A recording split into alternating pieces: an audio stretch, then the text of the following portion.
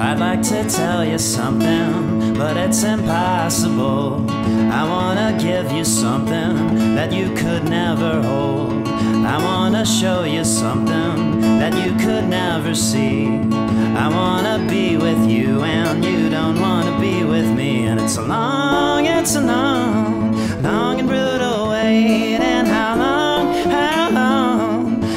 will it take? Is it wrong? Is it wrong? Are you full of love or hate? Have we ended something small or have we started something great?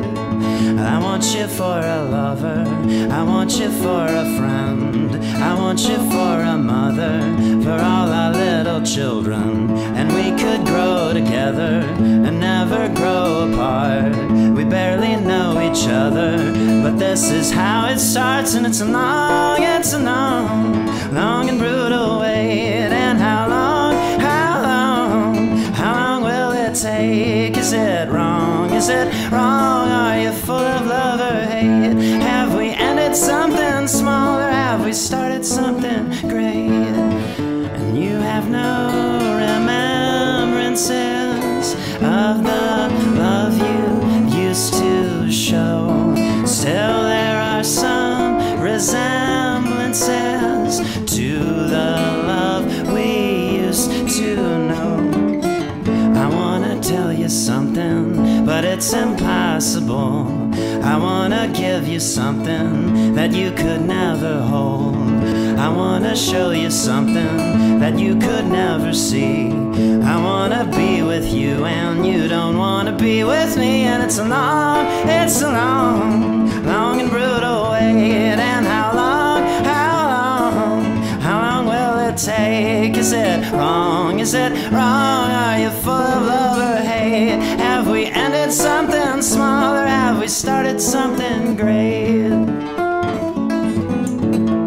Yeah, my name is John Maxfield. I am a singer-songwriter, arranger, composer, multi-instrumentalist, record producer, jack of all trades from St. Louis, Missouri. I've been on tour for the last few months with a new record and doing some shows by myself, doing some shows with the band. My friend Tay Brown on the bass, various drummers, various horn players, other folks, and just whoever's been around to get out on the road and make music. And it's been an incredible experience, you know, over the last 10 years that I've been making records. It's been getting a very decent response so far, and I think it's probably among some of the best work I've done, if not the best record I've made. I'm glad that there's a lot of my friends that have been helping me out quite a bit with recording the music and some of the newer stuff that I've been writing since that record came out. Also getting out on the road with me and you know, collaborating on stage and in the studio, and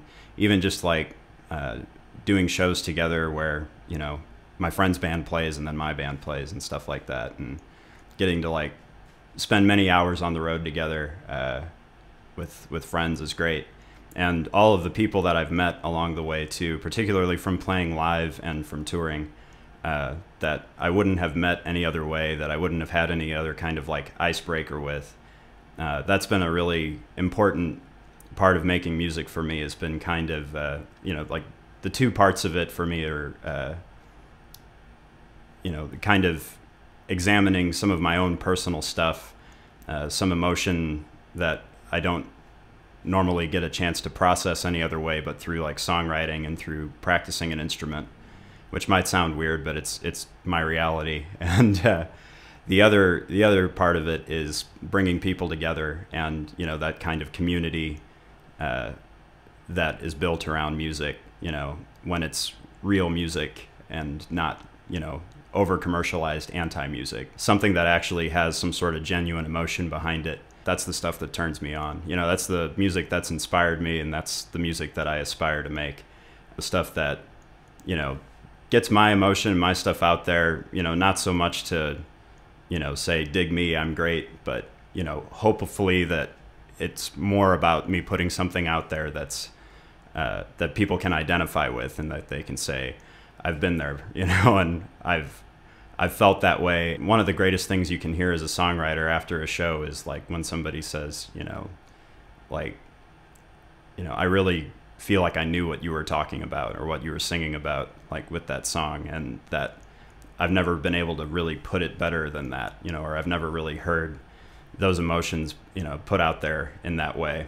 That can be a difficult thing to do because, like, especially when you write, you know, a bunch of love songs or something like that, there's a really saturated market for love songs. But that was the point of what I was saying before about how it can be like over commercialized, and, you know, it's anti-music at a certain point when it's just completely about making money. It's nice to make money, but that's not why I do what I do. From doing proper shows, you know, where you're booked and you have a time and a place, and, you know, it is your show and your audience and all of that, you know, there's a lot to be said for those kinds of shows, and, you know, a lot that you try out and, you know, you try to improve upon that. One way to, like, improve upon, like, doing shows, or one way that I've improved on doing like the proper concerts, has been you know, participating in open mic nights and open jams, and just sort of showing up kind of unannounced to those kinds of nights. I've noticed a lot, like in Missouri and in Kansas, that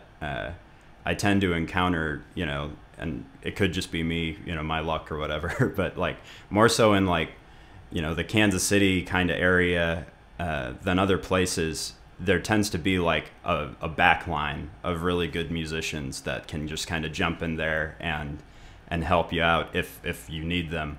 That's been another way that I've met a lot of great players, and some of the guys that I work with regularly in the studio and that, you know, play the proper shows with me, I've met in those contexts, and some of my biggest fans I've met in those contexts. A person's ego can be prohibiting pretty much no matter what, but like one of the things that it might prohibit, you know, a musician from doing is going to do those informal sort of you know, busking gigs or the open mic type of gigs. Anytime that you get a chance to go out there and perform for people, and or even just play music with people, I'm always interested in doing that any chance I can get. This has been One on One with John Maxfield, and you're watching tuningfork.tv.